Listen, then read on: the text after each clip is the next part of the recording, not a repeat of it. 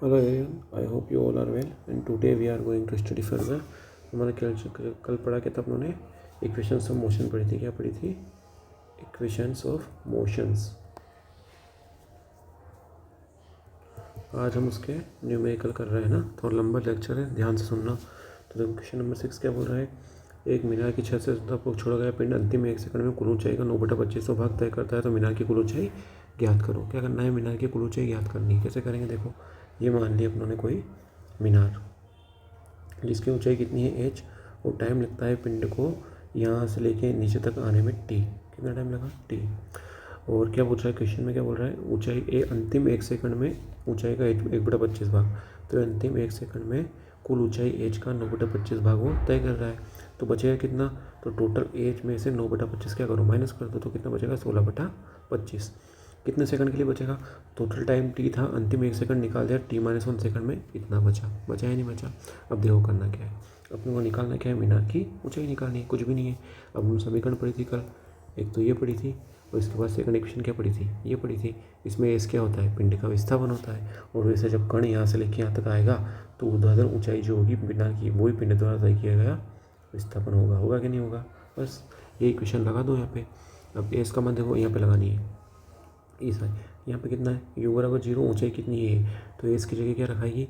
ये वाली 16/25 h। u का मान कितना दिया? प्रारंभिक वेग 0 दिया, तो रख दिया। हाफ a का मान, g का मान g आएगा, और t-1 का स्क्वायर। क्यों? क्योंकि टाइम कितना लगा? t-1 टाइम लगा, इसलिए। ठीक है। अब देखो यहाँ पे g को नेगेटिव क्यों नहीं लिया यहाँ पे? क्योंकि अपन ऊपर पॉजिटिव ले रहे हैं इस लाइन के, और इसके नीचे नेगेटिव ले रहे हैं। अब एस भी नीचे ही है, पॉजिटिव में ले रहे हैं, और मतलब एच भी है ना, एच और एच एक ही है, तो दोनों पॉजिटिव। तो जी भी क्या आएगा? पॉजिटिव। क्यों? क्योंकि दोनों अपन नीचे जो ले रहे हैं ना उसको पॉजिटिव लिया, नीचे वाले को पॉजिटिव लिया, इसलिए ये वाला लाइन ली अपन, रेफरेंस लाइन ये वाली ले ली। ठीक है। अब देखो बाय इक्वेशन 1 × 60/25 h। अब देखो एक इक्वेशन तो ये थी, समीकरण नंबर 1 तो ये थी। अब देखो एक इक्वेशन यहाँ से बन सकती है कैसे? कि जब अपनों ने यहाँ से यहाँ तक पिंड को छोड़ा, यहाँ से यहाँ तक पिंड को छोड़ा, तो देखो क्या हुआ? टोटल ऊंचाई देखो, इसके नीचे ले रहे हैं तो यहाँ माइनस एच ले लिया। अब की बार अपने नीचे वाले को नेगेटिव लिया। इस वाली इक्वेशन के लिए एच को क्या, यहाँ पे इसके नीचे नेगेटिव, इसके ऊपर पॉजिटिव लिया है ना, ध्यान से सुनना। तो नेगेटिव वाला क्या? नीचे वाला नेगेटिव, तो ये एच कहाँ है? नीचे, इसलिए एच नेगेटिव। ठीक है। यू कितना है? 0, तो 0। अब देखना जी का लग रहा है नीचे की तरफ, इसलिए माइनस जी लेना पड़ेगा, ये माइनस जी लिया। तो डिपेंड करेगा पॉजिटिव नेगेटिव लेने का कि आप रेफरेंस लाइन कहाँ ले रहे हो, क्या कन्वेंशन मान रहे हो, क्या परिपाटी आप मान रहे हो। तो इस वाली कंडीशन में नीचे वाले को नेगेटिव, तो जी भी नेगेटिव और हाफ टी स्क्वायर। तो इक्वेशन क्या निकली? एच बराबर हाफ जी टी स्क्वायर। अब इस एच बराबर हाफ जी टी स्क्वायर को रख दो, यहाँ पे रख दो इस एच की जगह पे, तो ये आ जाएगा अपने पास 60/25 हाफ जी टी स्क्वायर बराबर हाफ जी t-1 का स्क्वायर। ये रही अपने पास इक्वेशन। तो क्या करेंगे इसको? 60/25 T square equal to t-1 का स्क्वायर। क्यों? क्योंकि जी से जी तो हाफ जी से हाफ जी कैंसिल हो गया। अब इसका वर्गमूल ले लो। क्या ले लो? वर्गमूल ले लो। तो क्या बचेगा? 16 का 4, 25 का 5, टी स्क्वायर का टी, और ये t- का 1। तो कितना बचेगा? कैसे करेंगे इसको सोल्व? 5 को मल्टीप्लिकेशन इधर कर दो। देखो मैं कर देता हूँ 16 से, तो मान लिया। देखो क्या बचेगा ऐसे, ये 5 तो मल्टीप्लाई हो गया, इधर जाएगा, तो इधर क्या बचेगा? 4t equal to 5t-5। तो इसको इधर भेज दो, तो 5t में 4t गया तो t, और चल जाएगा 5 उधर, तो t बराबर 5 सेकंड। t बराबर 5 सेकंड बचेगा। ठीक है। अब इस t बराबर 5 सेकंड का रख दो, यहाँ पे रख दो। एच बराबर हाफ जी का मान 10 और टी का मान 5, तो 5 का स्क्वायर 25, तो 2 से 5 बार, तो 25 बने 125 मीटर। ठीक है। ये आगे मीनार की ऊंचाई आ गई।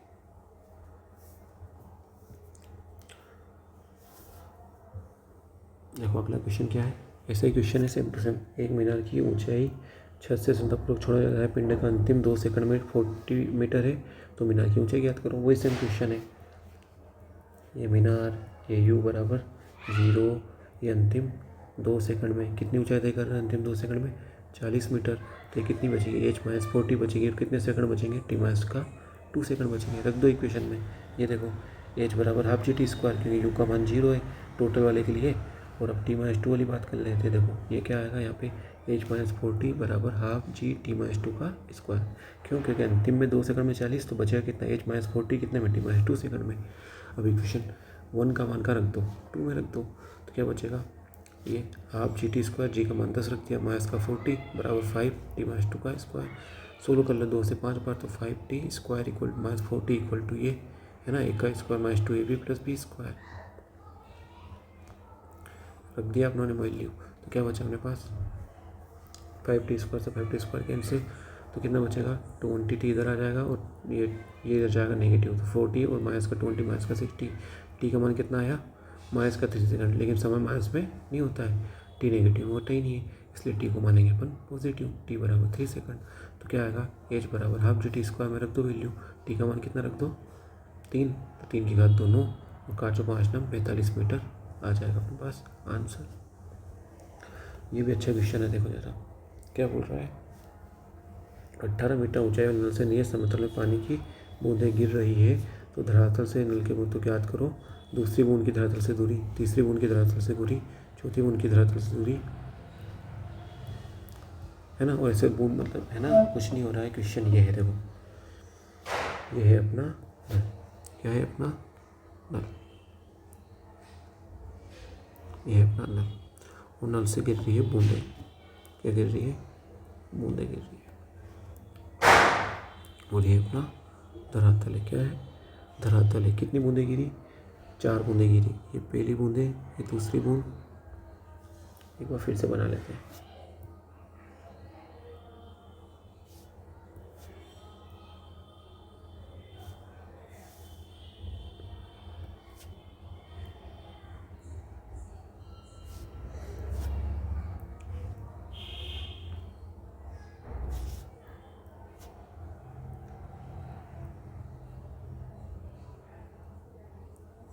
है ना, ये नल है अपना,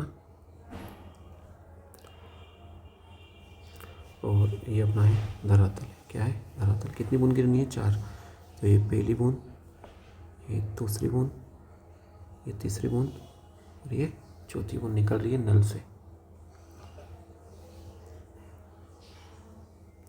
तो अपन क्या मानेंगे, टोटल ऊंचाई कितनी दी, देखो टोटल ऊंचाई दी है 18 मीटर, कितनी दी 18 मीटर, तो ये कितना है 18 मीटर है, कितना दिया है 18 मीटर का ऊंचाई दे दी। क्या बोल रहा है, जब पहली बूंद धरातल को छूती है, ये पहली बूंद धरातल को छूती है, तो चौथी बूंद नल से निकल रही है, और नियत समांतराल में, मतलब एक समांतराल डेल्टा टी है, तो अगली डेल्टा टी ये होगी और अगली डेल्टा टी ये होगी। टोटल टाइम कितना हो गया 3 डेल्टा टी हो गया। टोटल ऊंचाई कितनी होगी 18 मीटर की टोटल ऊंचाई होगी। ठीक है, हुई या नहीं, ये एच बराबर 18 मीटर,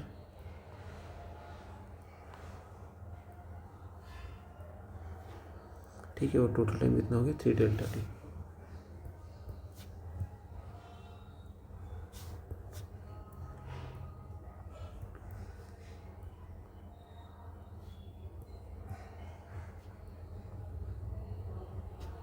ठीक है, अब देखो क्या करना है। अपन ने पढ़ा था गैलीलियो का विषमांक संबंधी नियम, गैलीलियो का ओड इंटीजर रूल। क्या था ओड इंटीजर रूल गैलीलियो का, अगर नियत समांतराल में नियत त्वरण हो, और अगर ऐसा हो कि कुछ भी ऑब्जेक्ट गति कर रहा हो, वस्तु गति कर रही हो, तो उसके द्वारा तय की गई दूरी का अनुपात कितना होगा x1 अनुपात x2 अनुपात x से कितना होगा 1 अनुपात 3 अनुपात 5 अनुपात 7, ऐसे करके बढ़ता जाएगा।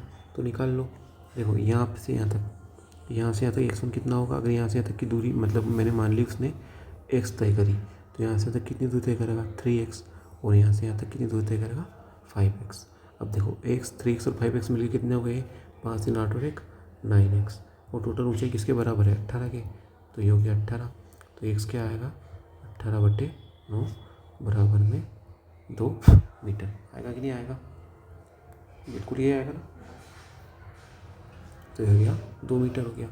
अब देखो क्या पूछ रहा है वो, दूसरी बूंद की धरातल से ऊंचाई ज्ञात करो। तीसरी बूंद, देखो दूसरी बूंद कहाँ है, ये रही, धरातल से कितनी है 5x, x का मान ये, तो दूसरी बूंद की कितनी हो जाएगी 5 गुणा 5 गुणा 2 बराबर 10 मीटर।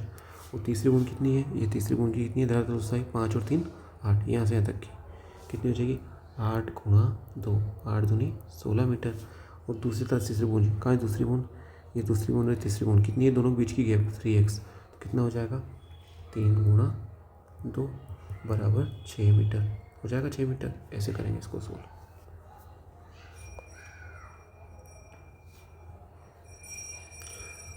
एक और तरीका है, क्या तरीका है, वही एस बराबर U T plus half A T square लगा दो।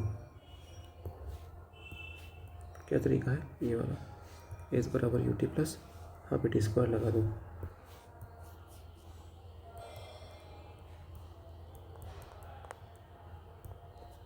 तो क्या हो जाएगा, एस का मान कितना लगेंगे 18 बराबर यू का मान 0 प्लस हाफ जी और टी का मान कितना 3 डेल्टा टी का स्क्वायर लगा दो। ठीक है, तो कितना हो जाएगा हाफ जी डेल्टा टी से, ये हाफ जी का मान कितना रखते हैं 10 ही रखते हैं, तो ये 10 2 से 5 बार, और ये 5 थी सॉरी 9 बार आएगा, तो 18 बराबर 5 गुणा 9 और डेल्टा टी घात 2। समझ पे आ रही बात कि नहीं आ रही, 9 एकम 9 9 दूनी 18, तो डेल्टा टी कितना आएगा अंडर रूट में कितना आएगा, देखो 2/5 कितना आएगा अंडर रूट में 2/5 सेकंड आ जाएगा। आएगा कि नहीं आएगा, बिल्कुल आएगा। तो अंडर रूट 2/5 मतलब ये अंडर रूट में 2/5 को क्या लिख सकते हैं, 2 को बाहर ले लो तो अंडर रूट में 1 2 चला जाएगा और 10 सेकंड हो जाएगा। इतना तो आता ही है अपने सबको। अब देखो नल से दूसरी बूंद की स्थिति, किसकी बिंदु की, दूसरी बूंद की, तो यू तो 0 ये सब में लिए, हाफ जी दूसरी बूंद के लिए कितना है 2 डेल्टा टी है, देख लो ये दूसरी बूंद कितनी है, ये रही दूसरी बूंद, कितना आएगा डेल्टा टी और डेल्टा टी 2 डेल्टा टी रख दो, जी का मान 10 और ये हाफ 2 डेल्टा टी का मान निकाल लो, 2 डेल्टा टी कितना निकलेगा 2 का गुणा कर दो, ये आएगा स्क्वायर में है इसलिए अंडर रूट नहीं आएगा, रख दो ये मान तो 8 मीटर। टोटल 18 है, धरातल से ये माइनस कर दोगे तो क्या आएगी, धरातल से दूरी आ जाएगी अपने पास। और ये मैंने आपको बता दिया शॉर्टकट फॉर्मूला। अब ऐसे इसको भी कर सकते हैं, नली की ऊंचाई कितनी है 100 मीटर है और वही नियत समांतराल है। अब क्या बोल रहा है, पहली बूंद धरातल से टकराती है, छठी बूंद, पहली बूंद ये रही धरातल से टकरा गई तो कौन सी बूंद आएगी, छठी। ये पहली बूंद धरातल से टकराई तो ये दूसरी, तीसरी, चौथी, पांचवी और छठी। ये पहली, ये दूसरी, ये दूसरी, ये तीसरी, चौथी, पांचवी और छठी। टोटल हाइट कितनी थी 100 मीटर की टोटल हाइट दे दी। अब वही विषम अंक संबंधी नियम, ये 1:3:5:7:9 एक से x का मल्टीप्लाई कर दो, अगर दूरी अपन x मानी शुरुआत में तो ये 3x हो जाएगी, ये 5x, ये 7x और ये 9x, इन सबको जोड़ दो और किसके बराबर कर दो 100 के बराबर कर दो ये, तो 25x बराबर 100, तो x बराबर 4 मीटर आ जाएगा अपने पास। तो सेकंड और थर्ड ड्रॉप देखो, x का मान कितना है, ये सेकंड ड्रॉप कौन सी है, ये रही, और थर्ड ड्रॉप कौन सी है, ये रही, दोनों बीच की डिस्टेंस 7x, तो 7x का मान रख दो।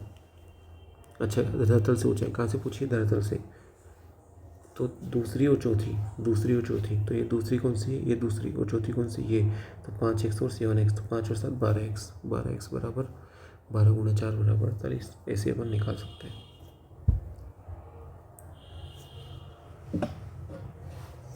एक और क्वेश्चन है अच्छा सा, देखो क्या क्वेश्चन है,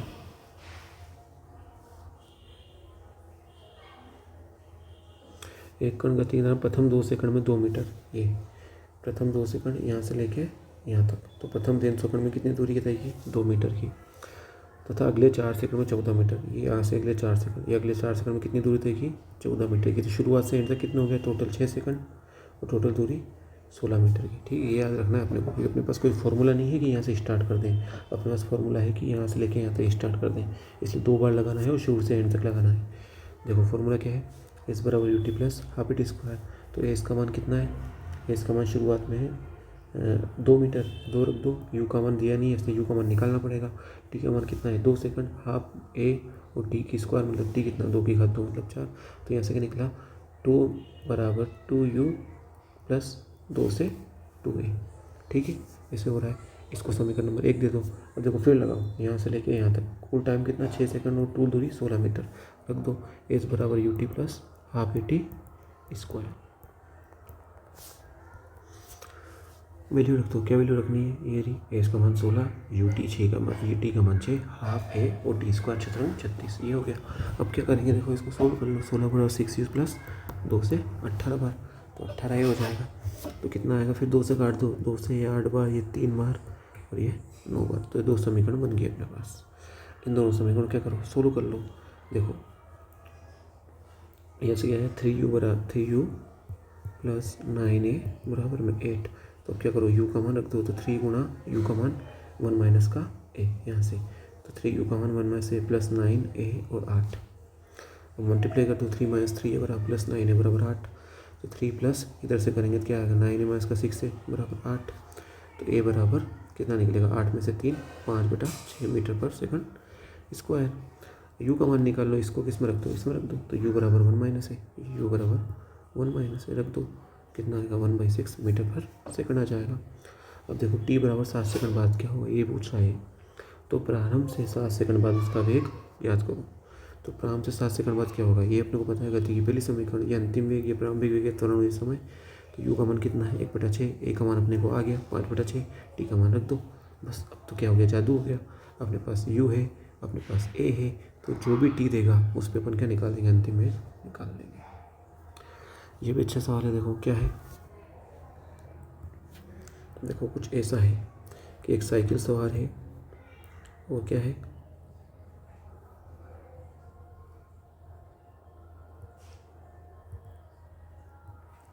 ये किसी बस का पीछा कर रहा है, ये किसी बस का